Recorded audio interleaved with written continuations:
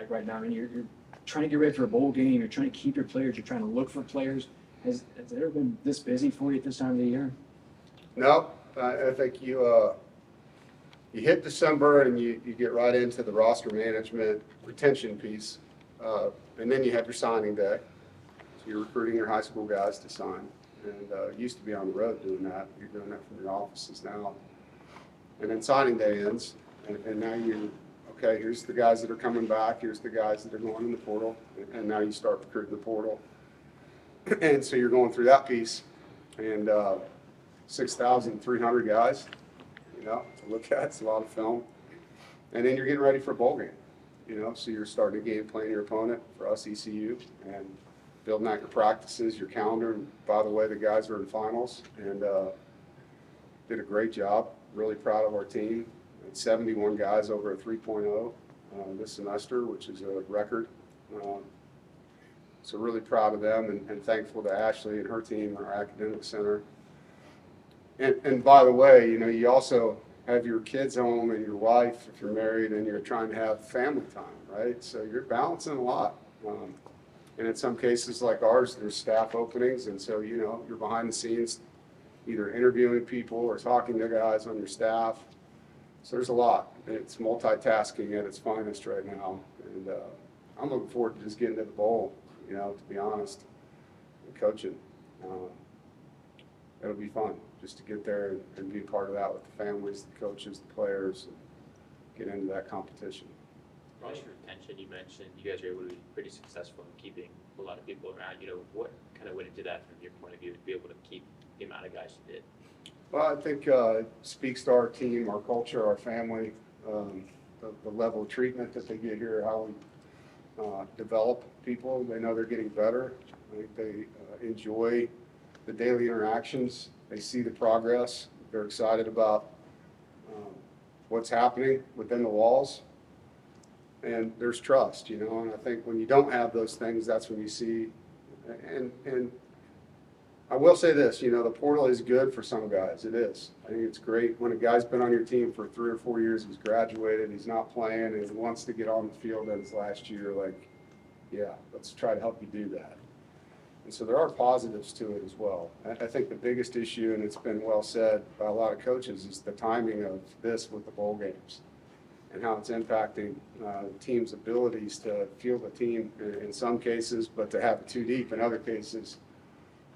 It's really challenging, and it's not, to me, college athletics and really athletics in general, I don't think you could ever see a coach and not hear him say that finish isn't important. Like the word finish means something in athletics, and it means something in business.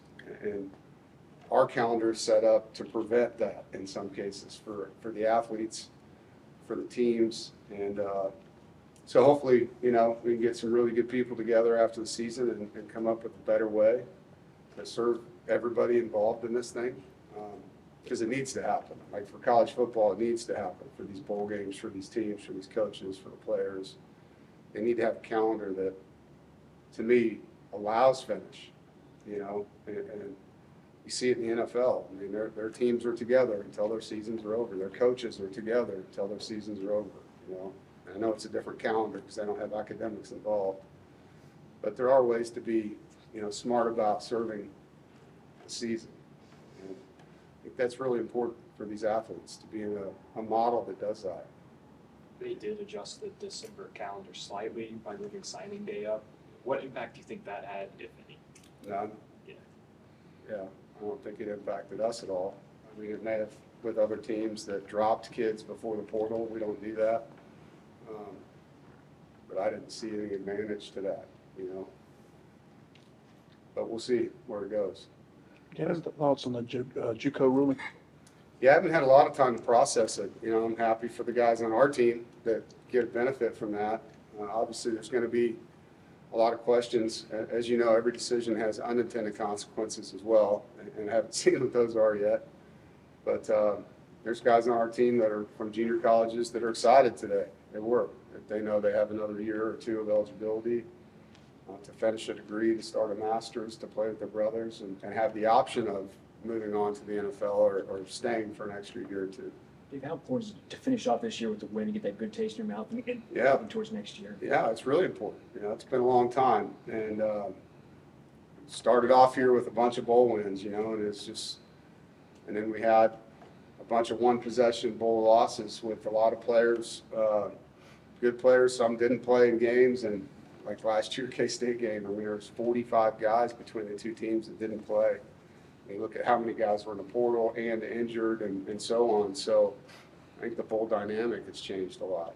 And so to answer your question, I want to be on that stage. There's no question about it. It's not about the opponent.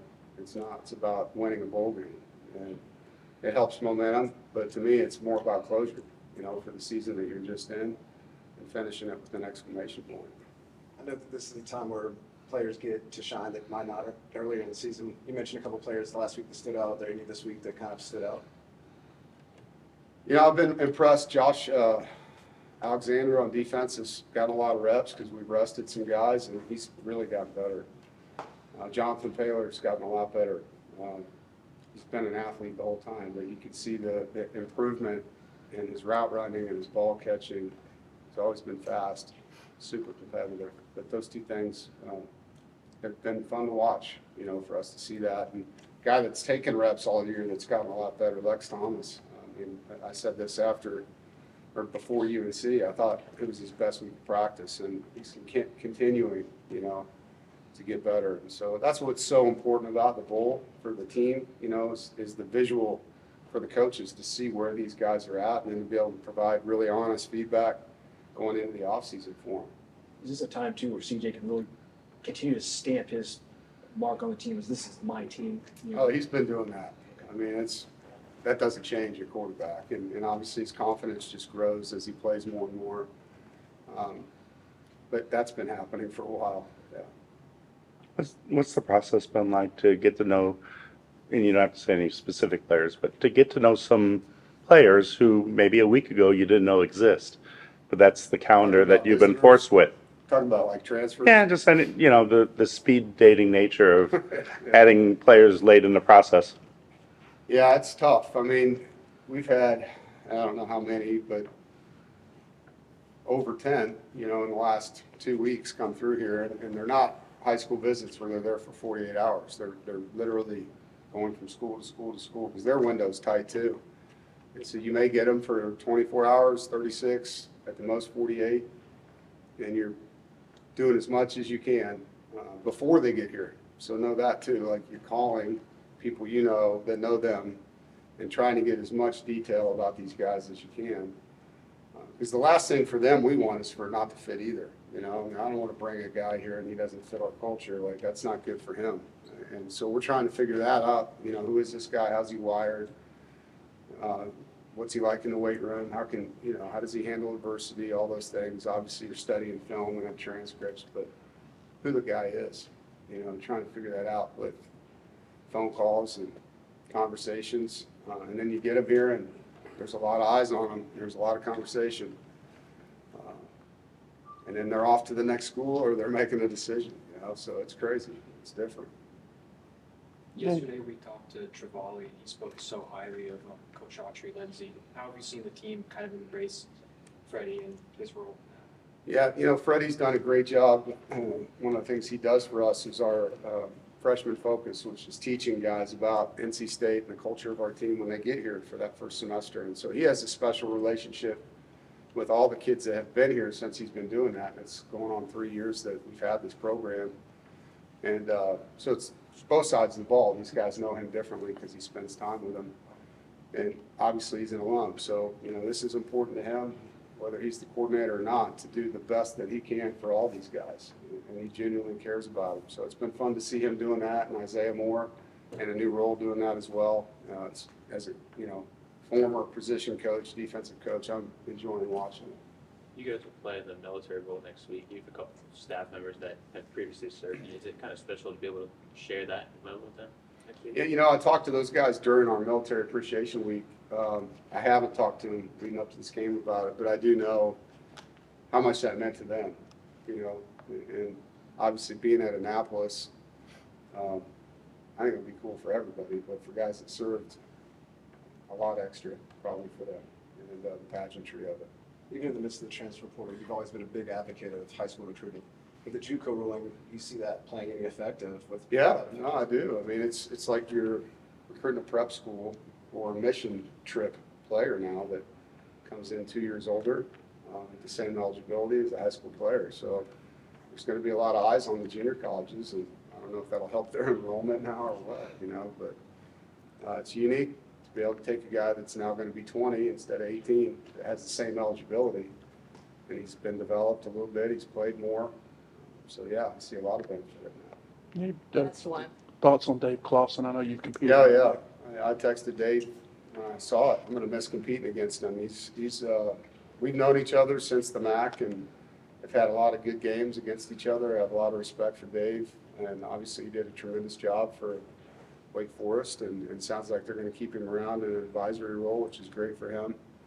But yeah, I mean, I wish him nothing but the best, and I know he and I will have a friendship well beyond the coaching years. But he did a great job there, and put a lot of good players out, had a lot of good teams, came up with a scheme that was really hard to play against, and so he did a heck of a job there.